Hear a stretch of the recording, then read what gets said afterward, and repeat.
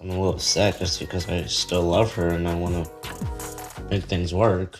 This week on 7 Little Johnstons, Liz talked to Amber about her living situation. Jonah took on some tough competition, and Alex and Allie came to a decision about their relationship. But first, the Johnsons got together to talk about the upcoming conference. Amber came up with the idea for the whole family to hold a workshop, with each member highlighting a different topic. You know, even though we're like giving the kids this challenge and this project and like, I guess some summer homework, I don't think they're disappointed because our kids understand the importance of being a little person and living in this world. Emma is hoping to meet new friends at the conference, as she told her pal Ella. This past school year has been a little bit rough, just making friends and trying to find a good friend group and stuff.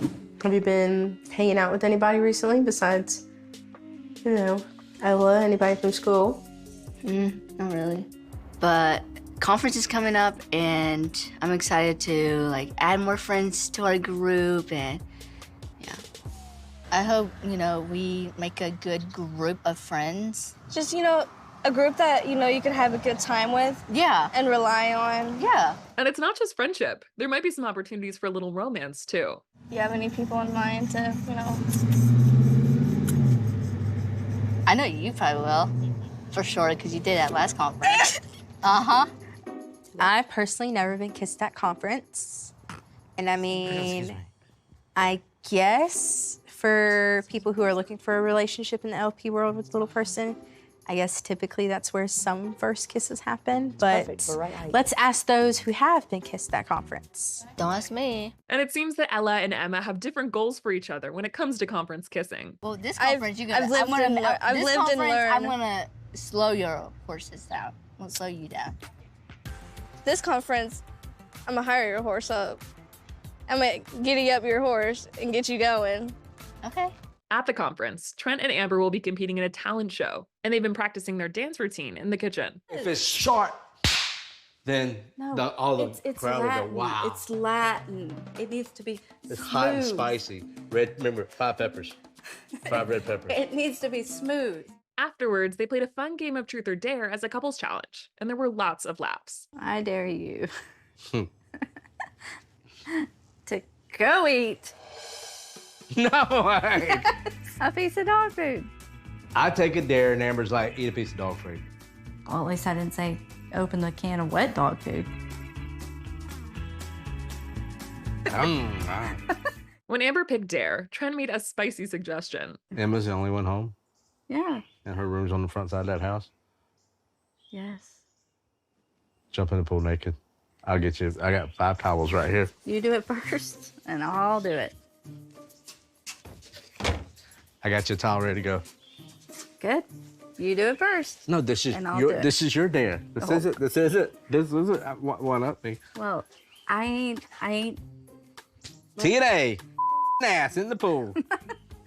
Amber ultimately said no, so Trent got to activate one of the couples coupons they made. Read it out loud.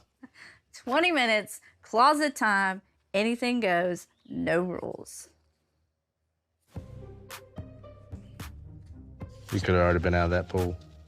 Obviously, in the closet for 20 minutes. 20 minutes is quite a long time. 7 minutes will be occupied together. The other 13 minutes will probably be like straightening up, organizing, folding clothes, and putting things back together.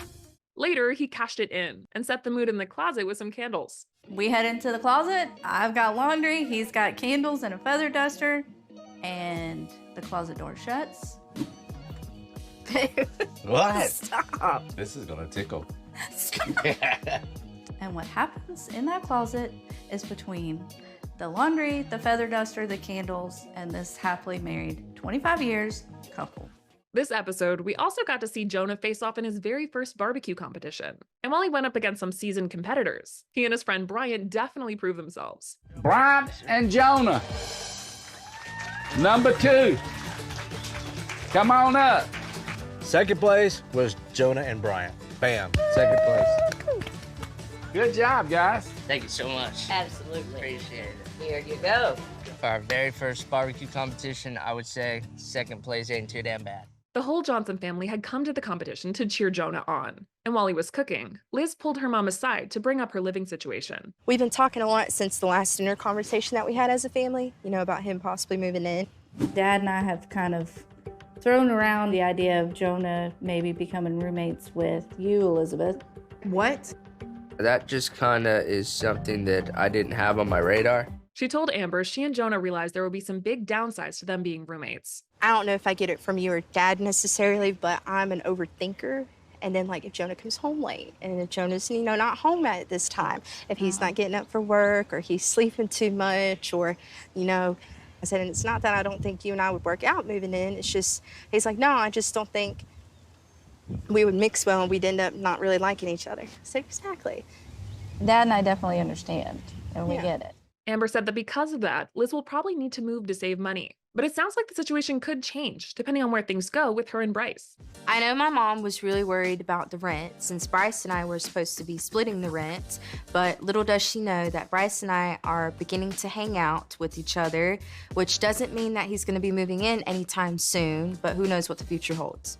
Meanwhile, Alex has been navigating some communication struggles in his long-distance relationship with Allie, and he went to Jonah for some advice. What's the main reason you get upset about when you're talking to Allie? Like, whenever she leaves me on red for, like, a few hours, and, like, she kind of... Basically, like, just me being left on red, that bothers me a lot. Like, how do you and Ashley, I guess, handle that? We turn red receipts off.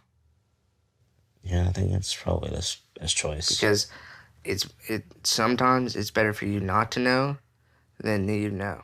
Jonah gave more guidance and said that he and his long-distance girlfriend, Ashley, take the focus off social media. We don't care about streaks on Snapchat or who posts what or, happy 12-week anniversary or 4 months and, what all that entails. We're literally just worried about the next time we're going to talk or see each other. Later, Alex told the fan that he and Allie had a big conversation. She said we've been focusing on our relationship too much, and I think we just need to not put a label on it for right now. So she said maybe while we're in Austin, we could focus on being friends, and we'll see. I mean, we're not seeing other people, but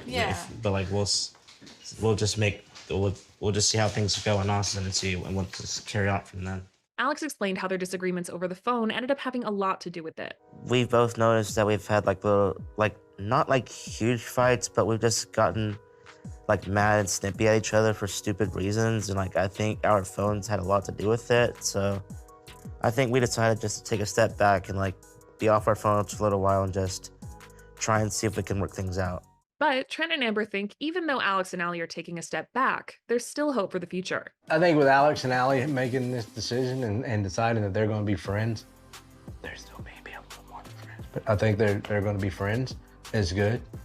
And it's kind of like hitting the pause button and letting them get through school and get established and headed down that next pathway in life. And it definitely doesn't mean it's the end. Right, it doesn't mean it's the end. It means that they can pick back up